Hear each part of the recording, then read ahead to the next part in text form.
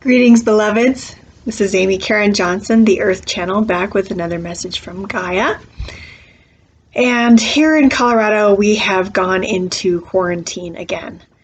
And I can feel that people's anger is being triggered. My dog is now sitting in my lap. Newt. People's anger is being triggered not just because of quarantine, but it seems, I think, in large part because they're being prevented from indulging in some of their addictions. And I'm going to have to continue this in just a minute. Excuse me. Okay, hi, I'm back. Newt wanted to play, and now he's settled back down again.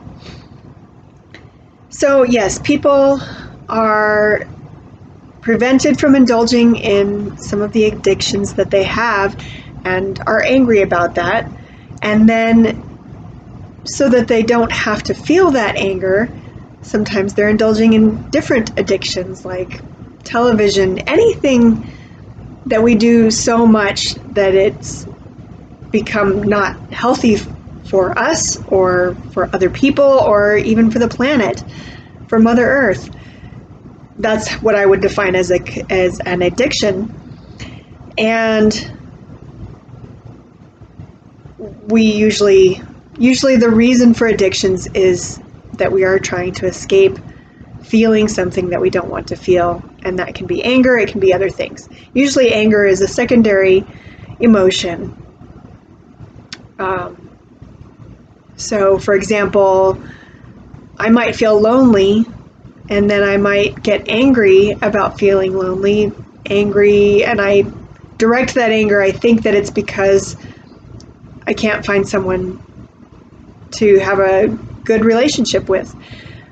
But really the initial feeling is loneliness rather than the anger. The anger is secondary. So anyway,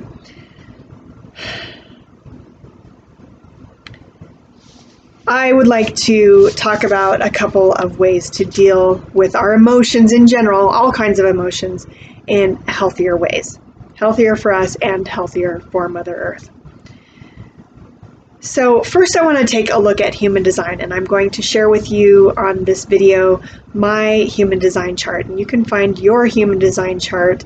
It's based on astrology as well as the I Ching. I've talked a little bit about it in other videos and of course on my Facebook page, but we're not going to get too far into it, the basics of human design in this video.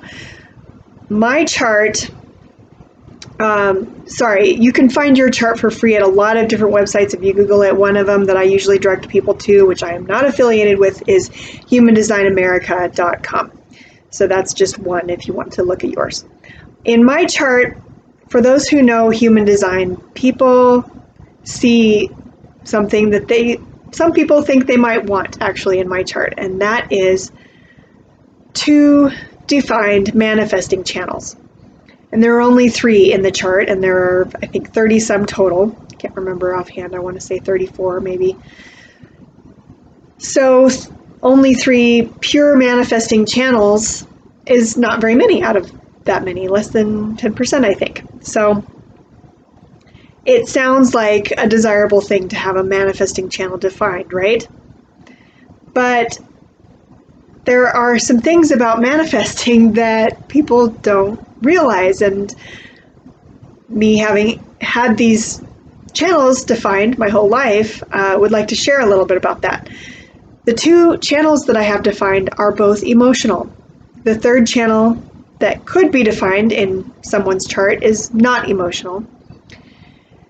So 2 out of the 3 are emotional by nature. That means that they are created by a definition in a gate in the emotional center, also called the solar plexus in human design.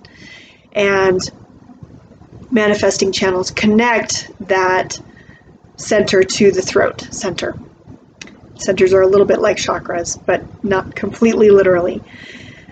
And because those 2 manifesting channels are emotional, they should show us something really important. Now, Ra is the one who brought human design knowledge into our mass consciousness. I would say he channeled it. I don't think that's exactly how he describes it. He was a manifester, and he did not have his emotional center defined. So he would tell you that whenever your emotional center is defined, you have to wait for clarity, and basically you'll never have clarity. There's some truth to that, but it's not very helpful.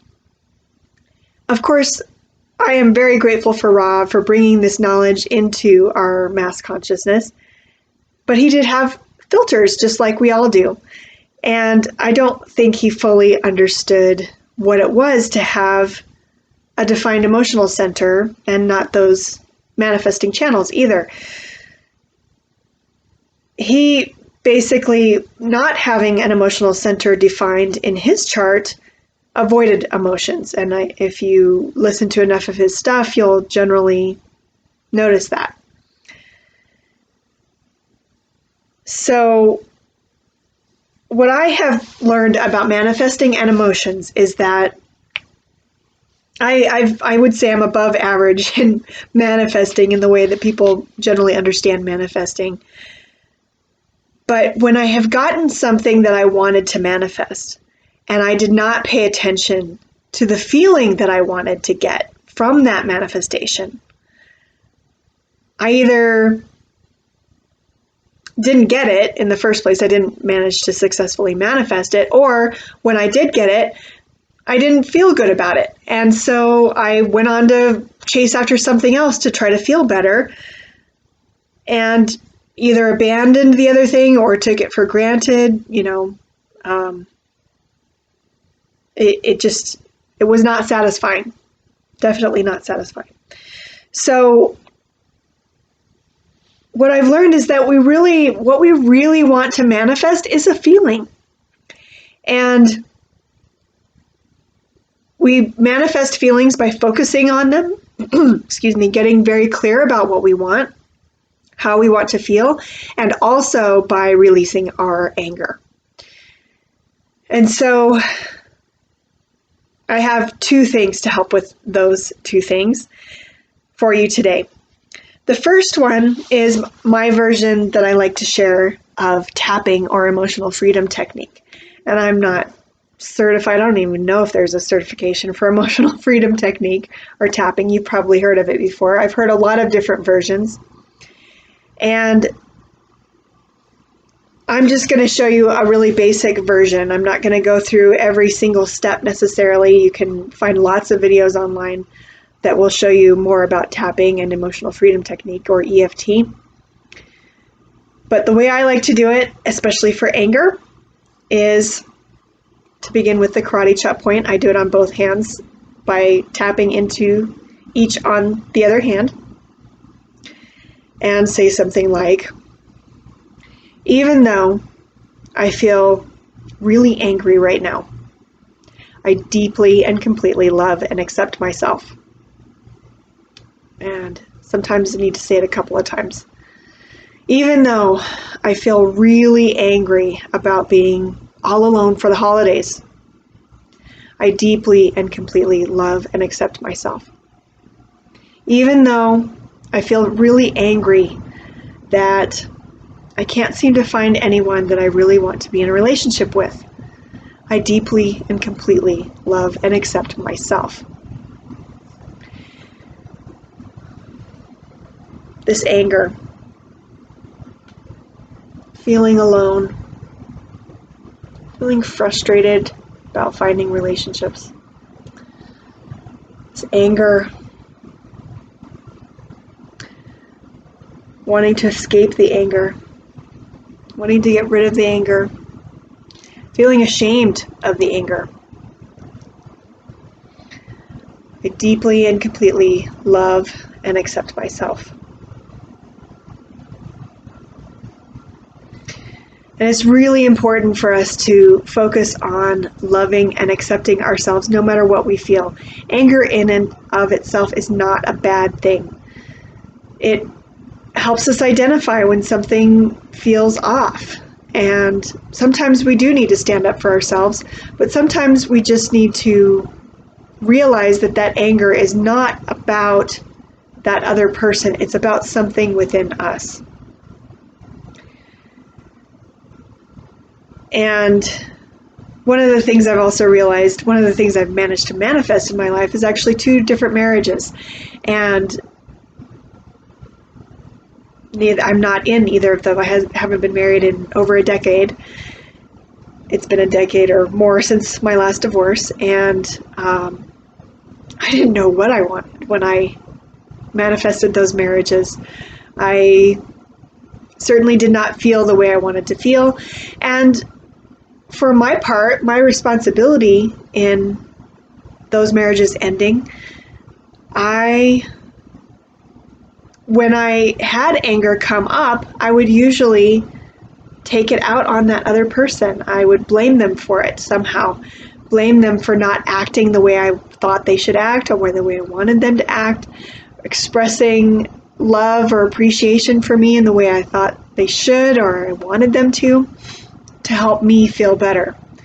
And I'm not 100% perfect right now yet anyway, but I have gotten better about loving myself, filling that void myself, because in truth, no matter how much somebody else loves you, they can never fill a void that you have within yourself.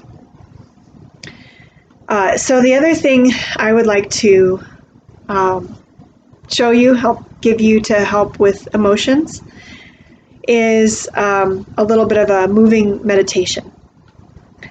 And this is to try to show and share with you that even if you don't have manifesting channels defined in your birth chart, you can still manifest. But the way to do it is not only by focusing on the feeling, but also allowing the force, the divine force, whatever you want to call it, light, love especially. I personally think that whatever God is love. And I know that my true essence is love. And I also sometimes think of it as my higher self. So if we allow our higher selves to direct and move through us, move more energy through us, we can be whatever we need to be and we can feel whatever we want to feel. And it usually brings something to us that helps us, that matches that feeling, matches that vibration, maybe that we hadn't even realized we wanted, or that we didn't realize would make us feel that way. So last week we talked about the tree, our infinite tree, the tree being sort of the inverse of that toroidal or torus shape that we all have around us, that is around all living beings. So this is a little bit of a play on that. And I encourage you to move in whatever way helps you breathe freely. That's sort of where this came from. Also from Gaia, of course. Gaia is, you'll see, we'll be rooting down into Gaia, and she has a lot of love, support, and good feelings to share with us as well. So we'll begin reaching up to the sky.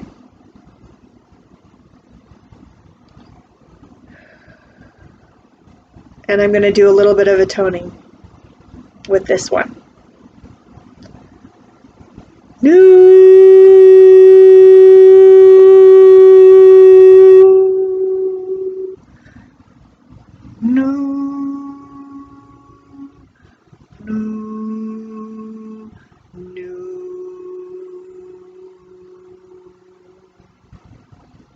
Okay, so let me explain what I just did. This is connecting with the sun. This is connecting with the throat center, which I mentioned all manifesting and all manifestors have that throat center defined and connected to one of the motor channels. Could be the emotional or solar plexus. So connecting here and then rooting down into Gaia. And then we're going to do the reverse.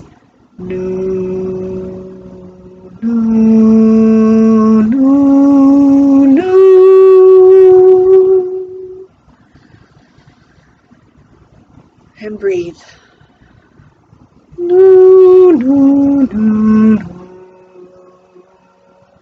No, no, no, no.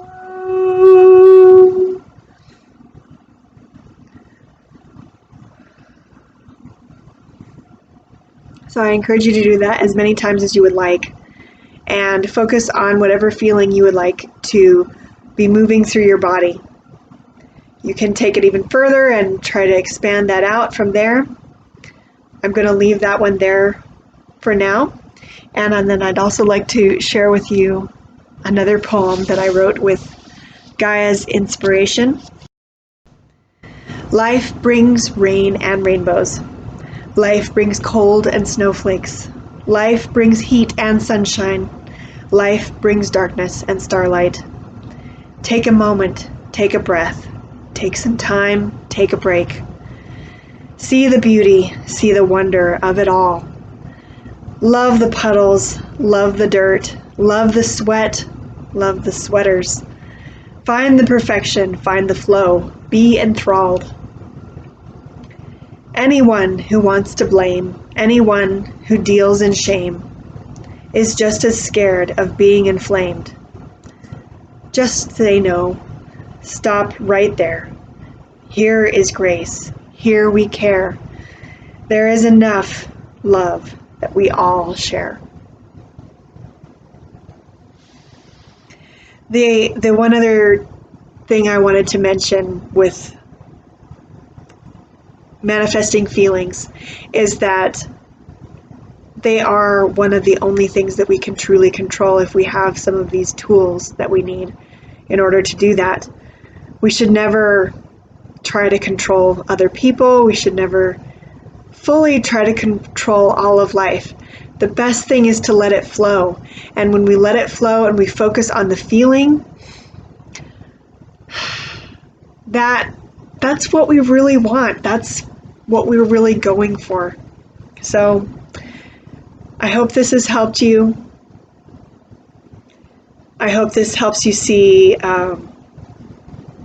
why it's okay not to be in control of everything and everyone or anyone or anything, but simply to go within and find a way to manifest what we truly came here for. Blessings, beloveds. Namaste.